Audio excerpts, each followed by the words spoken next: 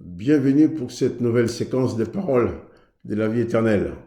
Après un long moment d'absence, c'est vrai que je ne suis pas intervenu sur le site, me voilà de retour pour aborder toute une série de vidéos que j'ai intitulées Compréhension qui consolide la foi en Jésus-Christ. Je dis bien compréhension qui consolide la foi en Jésus-Christ. La foi. La foi, c'est extrêmement important pour croire en Dieu, même pour réussir dans autre chose dans la vie. Si tu fais quelque chose dans la vie, tu n'as pas foi, tu ne crois pas en ce que tu fais, eh bien, tu auras du mal à y arriver. Donc, il n'y a pas de réussite sans la foi, que ce soit dans le domaine spirituel, le domaine humain, le domaine matériel. Mais nous allons nous appuyer surtout sur ces passages de la lettre aux Hébreux où il est dit « La foi est une ferme assurance des choses qu'on espère et une démonstration de celles qu'on ne voit pas. » La foi, une ferme assurance. Il ne s'agit pas d'une assurance quelconque, une simple assurance, mais il est dit une ferme assurance. Et pour continuer, je dirais, ce qui fait la force d'un arbre, c'est l'emprise de ses racines dans la terre ferme. Ce qui fait la force d'un arbre, c'est l'emprise de ses racines dans la terre ferme. Pour nous, la fermeté de notre foi dépend et dépendra toujours de notre compréhension des enseignements de Jésus-Christ. Notre foi sera solide si seulement elle est bien enracinée dans les enseignements de Jésus-Christ.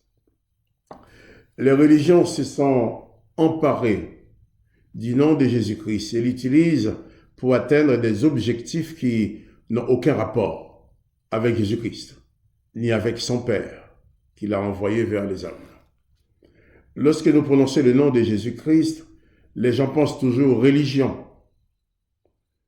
Ils pensent toujours que nous parlons de religion et nous repoussent parce que par des comportements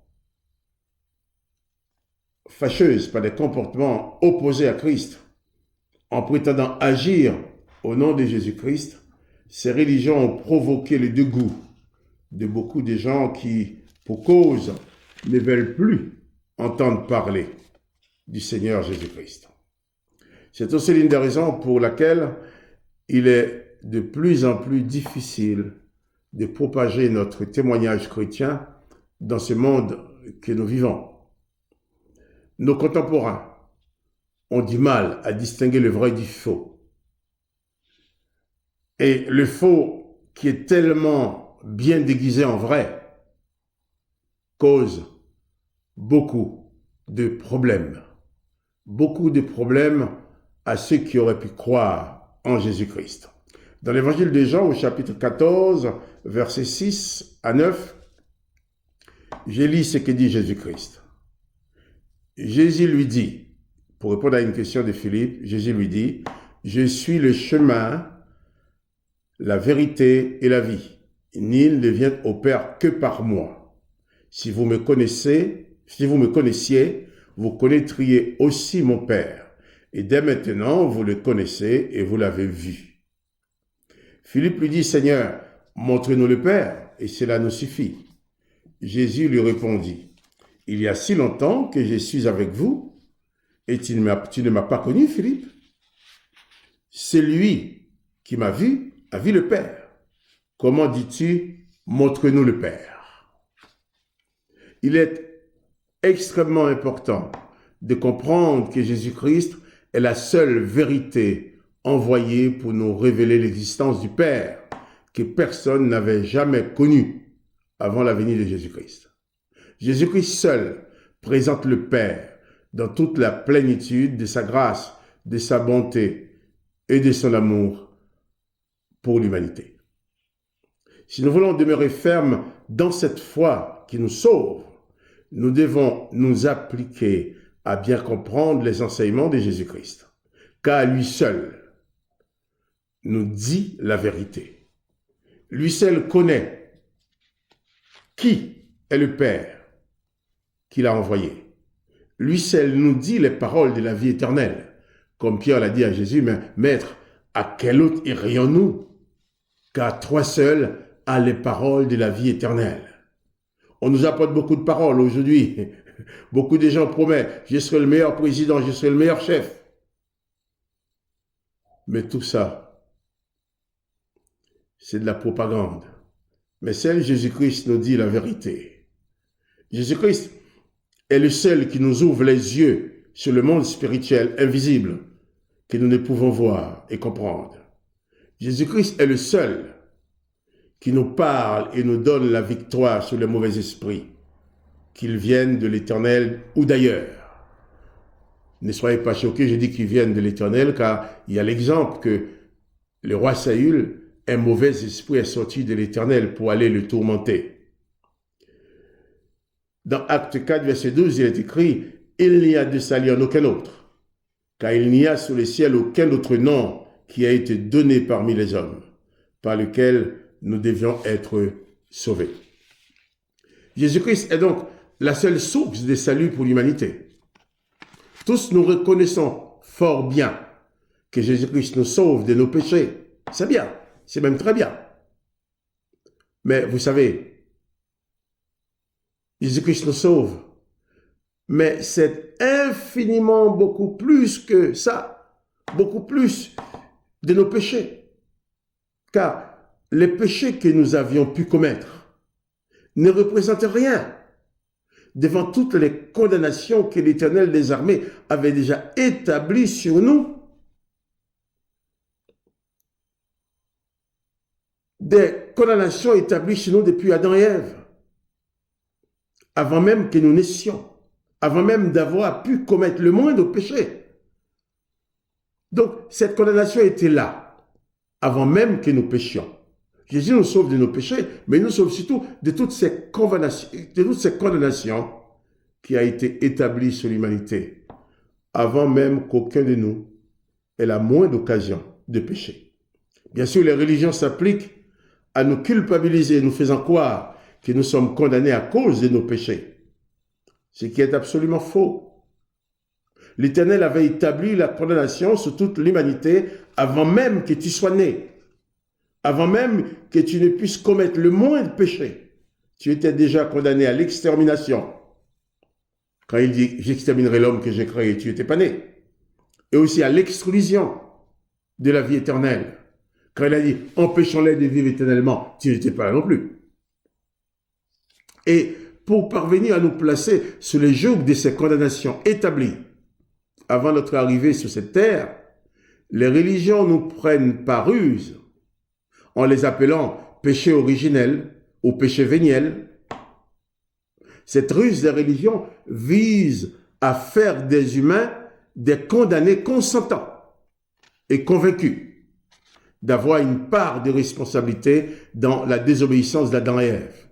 Et pourtant, lorsqu'Adam et Ève a désobéi, moi, j'étais pas là. Je ne sais pas si vous étiez là, moi, je n'y étais pas. Et je suis sûr qu'aucun de nous n'était là. Mais la religion veut nous conduire à prendre cette responsabilité, disant que nous devons participer à la condamnation d'Adam et Ève. Nous n'avons pas participé à sa désobéissance. Mais tout ça, pour nous conduire à passer toute la vie à tourner en rond dans le labyrinthe de la condamnation et du mal, sans jamais pouvoir nous en sortir. Notre Sauveur et Seigneur Jésus-Christ n'en est pas responsable. Jésus-Christ n'a jamais approuvé cette façon de maintenir les humains sous le joug de la condamnation et du péché. Ces condamnations ne peuvent en aucun cas être le produit de tes péchés ou de mes péchés, à moins que l'on puisse te prouver que tu avais commis des péchés avant même que tu sois conçu. C'est pas possible. Donc les condamnations qui sont établies avant ma naissance ne sont pas le résultat de mes péchés. Ces genres de croyances ont pour but de te culpabiliser, te faisant croire que les humains sont responsables de tous les maux et de toutes les malédictions qui règne dans ce monde. Tout ça, chers amis, n'est que manipulation spirituelle au plus haut degré. C'est du mensonge de l'ennemi qui veut chaque jour t'enfoncer de plus en plus dans la condamnation. Les condamnations ne sont pas provoquées par tes péchés. Au contraire, c'est plutôt la malédiction et la condamnation préalablement établies qui ont provoqué le péché dans ta vie. Il convient donc de comprendre que tu n'es pas condamné à cause de tes péchés, mais bien au contraire, tu pèches à cause de la condamnation établie sur toi avant même que tu sois conçu. Donc, avant même que tu aies pu commettre le moindre péché, tu étais déjà condamné. Pour arriver à être ancré vraiment dans la foi, avoir ta foi ancrée dans l'enseignement de Jésus-Christ, il faut comprendre cela. Il faut comprendre cela. Il te faut cesser d'invoquer le condamnateur et son esprit pour adresser vos prières au Père, pour imiter Jésus-Christ. Toutes les prières de Jésus-Christ étaient adressées uniquement au Père, jamais à l'Éternel, jamais à une autre entité. Jésus-Christ n'a jamais prononcé le nom de l'Éternel des armées. Mais il a dit, quand vous priez, dites notre Père. Toutes tes prières et tes louanges doivent être adressées au Père, qui n'a jamais prononcé aucune malédiction, ni sur le sol de la terre, ni sur les humains. Nous allons revenir dans d'autres vidéos pour prolonger cette réflexion. Mais comprends bien que tu n'es pas condamné à cause de tes péchés, puisque la condamnation était là avant le péché. Bien sûr, tes péchés ne font que t'enfoncer. Tes péchés ne font que te pousser à prendre racine dans la condamnation pour dire, bon, je le mérite parce que j'ai péché. Mais n'oubliez pas, la condamnation était là bien avant que toi, tu ne puisses pécher. Jésus-Christ est venu nous libérer, bien sûr, du péché, mais surtout de la condamnation. Je citerai cette parole de l'apôtre Paul qui dit dans Romains 8, « Il n'y a donc maintenant aucune condamnation pour ceux qui sont en Jésus-Christ. » Il n'a pas dit il n'y a aucun péché, mais il n'y a aucune condamnation.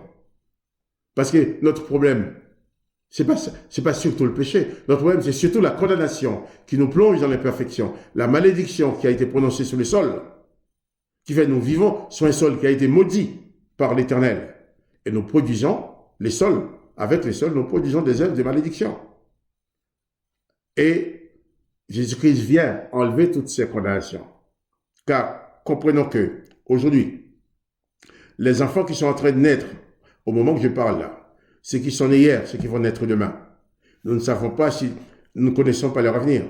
Nous ne savons pas s'ils seront médecins, avocats, balayeurs, menuisiers, plombiers ou autres. Mais nous savons une chose, ils sont nés. Ils sont déjà condamnés avant même d'être nés, ils sont condamnés à mourir. Ils sont nés pour mourir. Et bienheureux ceux d'entre eux qui traversant cette vie qui est comme un couloir qui conduit à la mort. Bienheureux ceux d'entre eux qui traversant ces couloirs rencontreront Jésus-Christ dans leur vie. Et Jésus-Christ, à eux, va donner le pouvoir de s'échapper du couloir de la mort. Car lorsque l'Éternel des armées dit, empêchons-les de vivre éternellement, Jésus dit, celui qui croit en moi vivra éternellement. Et dans plusieurs autres vidéos, nous allons parler, nous allons prendre les choses point par point, essayer de les expliquer pour que nous puissions ensemble enraciner notre foi dans l'enseignement de Jésus-Christ, ce qui nous permettra de consolider notre foi et de suivre Jésus et pouvoir accomplir ses œuvres. Et je précise, quand je parle, je n'impose rien à personne. J'apporte des informations. Chacun a le droit, même le devoir, en écoutant ces informations, de vérifier dans l'Évangile, de vérifier les paroles de Jésus, pour voir si ces informations sont vraies ou fausses. Si tu vois que ce que j'ai dit est faux, il ne faut pas l'appliquer dans ta vie.